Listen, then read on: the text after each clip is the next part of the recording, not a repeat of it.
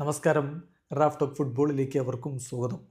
FC ബാഴ്സലോണയുടെ transfer വാർത്തകൾക്കായിട്ട് ആരാധകർ കാത്തിരിക്കുകയാണ്. ഡാനി ഓൾമോയുടെയും പാവ് വിക്ടറുടെയും കാര്യത്തിൽ സംഭവിച്ചത് വലിയ നിരാശയുണ്ടാക്കുന്നുണ്ടെങ്കിലും ജനുവരി ട്രാൻസ്ഫർ വിൻഡോയിൽ ചില നീക്കങ്ങൾ നടത്താൻ ഇപ്പോൾ ബാഴ്സലോണ ശ്രമിക്കുന്നു എന്ന് തന്നെയാണ് റിപ്പോർട്ടുകൾ പുറത്തേക്ക് വന്നുകൊണ്ടിരിക്കുന്നത്. അതിൽ പ്രധാനമായിട്ടും പറയുന്ന ഒരു കാര്യം, ബാഴ്സലോണയുടെ കോച്ച് ഹാൻസി ഫ്ലിക്കും അതുപോലെ തന്നെ അവരുടെ പ്രസിഡന്റ് ലാപ്പോർട്ടയും പിന്നെ ഡെക്കോയും ഒരു മീറ്റിംഗ് ചേർന്നിരുന്നു. അതിൽ നിന്ന് അവർ മനസ്സിലാക്കിയിട്ടുള്ളത് നിർബന്ധമായിട്ടും ജനുവരി ട്രാൻസ്ഫർ വിൻഡോയിൽ ഒരു ലെഫ്റ്റ് വിങ്ങറെ സൈൻ ചെയ്യണം എന്നുള്ളതാണ്.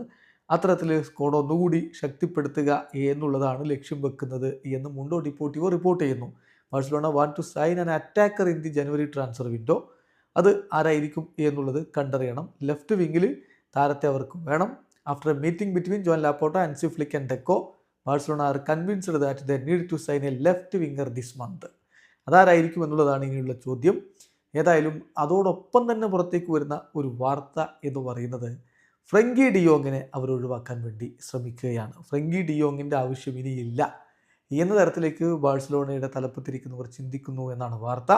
50 മുതൽ 60 മില്യൺ വരെ, 50 to 60 മില്യൺ യൂറോ ലഭിക്കുകയാണെങ്കിൽ അദ്ദേഹത്തെ വിറ്റൊഴിവാക്കാനാണ് ശ്രമം. കാരണം ഇപ്പോൾ Gavi, Pedri, Casado, Fermin Lopez ഇങ്ങനെയുള്ള താരങ്ങളൊക്കെ വന്നതോടുകൂടി ഫ്രങ്കി ഡിയോങ് അവരുടെ നിഴലിലായി പോയിട്ടുണ്ട്. ഇവരെല്ലാവരും ഇപ്പോൾ പെക്കിംഗ് ഓർഡറിൽ ഫ്രങ്കി ഡിയോങ്ങിനേക്കാൾ മുകളിലുമാണ്. അപ്പോൾ അതുകൊണ്ട് തന്നെ അദ്ദേഹത്തെ ഒഴിവാക്കുക എന്നുള്ള നിലയിലേക്ക് ബാഴ്സലോണ പോകുന്നു എന്നാണ് റിപ്പോർട്ട്. ഏതായാലും ട്രാൻസ്ഫർ ജാലകം തുറന്നിരിക്കുന്നത് കൊണ്ട് തന്നെ നിരവധി റൂമറുകളൊക്കെ വരും. എന്താണ് സംഭവിക്കുക എന്നുള്ളത് കാത്തിരുന്ന് കാണണം. വളരെ പ്രതീക്ഷയോടുകൂടി അയാക്സിൽ നിന്ന് 2019 FC ബാഴ്സലോണയിലേക്ക് ചേക്കേറിയ താരമാണ് ഫ്രങ്കി ഡിയോങ്. പക്ഷേ പരിക്കും മറ്റു കാര്യങ്ങളൊക്കെ ആയിട്ട് ഈ സീസണിൽ അദ്ദേഹം ഒന്ന് ബുദ്ധിമുട്ടി വീണ്ടും കളി തുടങ്ങിയിട്ടുണ്ടെങ്കിലും ഈ പറഞ്ഞ താരങ്ങളൊക്കെ അദ്ദേഹത്തെക്കാൾ മുകളിലാണ് പെക്കിംഗ് ഓർഡറിൽ. വീഡിയോ അവസാനിക്കുന്നു. ഫുട്ബോൾ ലോകത്തെ കൂടുതൽ വിശേഷങ്ങളുമായി റാഫ് ടോക്സ് കൊണ്ടുവരാം.